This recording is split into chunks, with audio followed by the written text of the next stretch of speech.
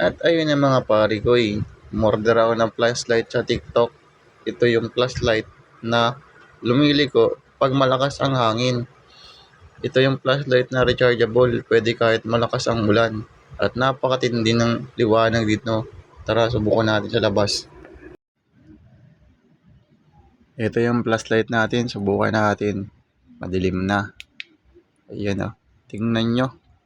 Napakaliwanag niya, napakalayo ng abot ng kanyang liwanag. Ayan, meron ding, ito yung high. Oh, high. Oh, di ba? Napaka-astig, napakaliwanag. Oh, di ba? Order na, check out na dyan sa Yellow Basket.